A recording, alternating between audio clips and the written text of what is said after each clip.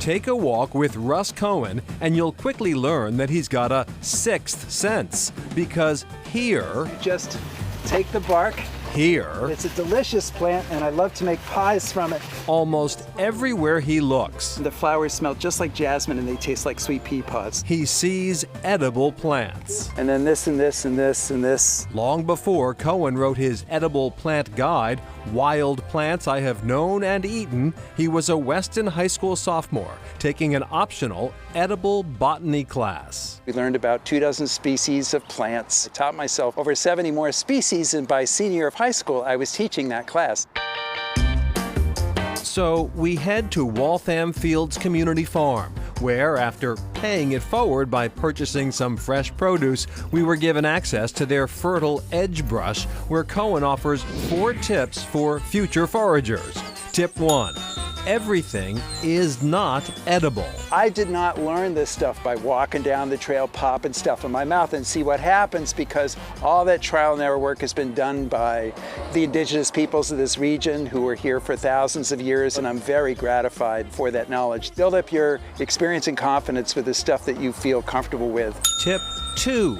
Beware of mushrooms. Unfortunately, the risk of getting seriously poisoned and even dying from eating a wild mushroom is much, much greater than for plants, because there are at least 6 mushroom species that grow around here that are potentially lethal, and there's nothing from the flavor whatsoever that gives you any advance warning that there's anything to worry about. Tip 3.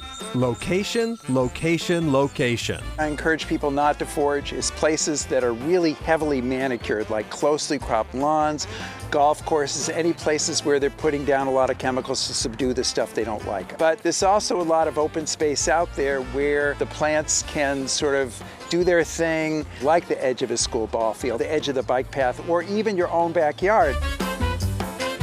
Here we are at the end of a row of cultivated radishes, but I'm here to talk to you about a weed that's trying to grow with the radishes. This is called purslane. It's delicious raw, straight into your mouth. Tip 4.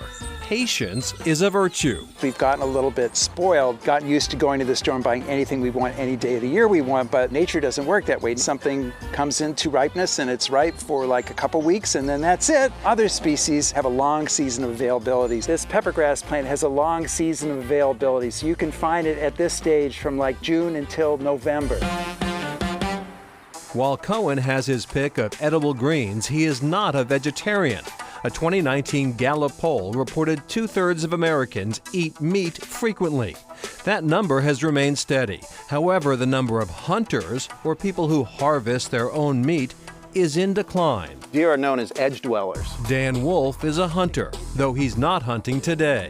We've met here on private property in Dover to talk about his experience and what he sees as his place in this ecosystem. You eat what you harvest, but you don't harvest to eat. Explain that distinction.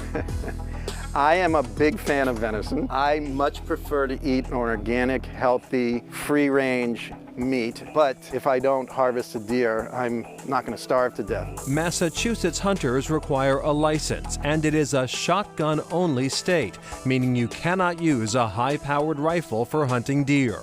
Wolf's preferred implement is bow, though due to health issues, he was granted an exception to use a crossbow. The cautionary tale, I suppose, is, you don't just grab a bow and come out here and start shooting things. It takes a lot more than that. You have to take a bow hunter's education and safety course along with a general safety course. You need to practice and practice and practice day in and day out, it seems, in order to be a proficient bow hunter, because the last thing we want is to haphazardly injure an animal. Wolf has found more opportunities to hunt by reaching legal agreements with private landowners who have deer problems. These problems can range from destruction of their landscapes every year, to tick-borne diseases, to vehicular collisions, destruction of the habitat of the ecosystems. It's up to the individual if they want to partake in it or not. But I find it so rewarding to help others, to provide myself with my preferred type of food. And most of all, when I sit here for 3-4 hours at a time and it's quiet, it doesn't matter if I see a deer or not. You'll see a hawk like land here. I've had owls, over my shoulder. It's pretty cool. And you guessed it, Dan Wolf is actually getting ready for hunting season, which starts in October. And back to Russ Cohen. He's nicknamed himself Johnny Appleseed. He has a nursery now with 1,000 edible plants, all from seeds he's gathered himself in the wild. That's great. All right, next, enrolled in Nature's Classroom.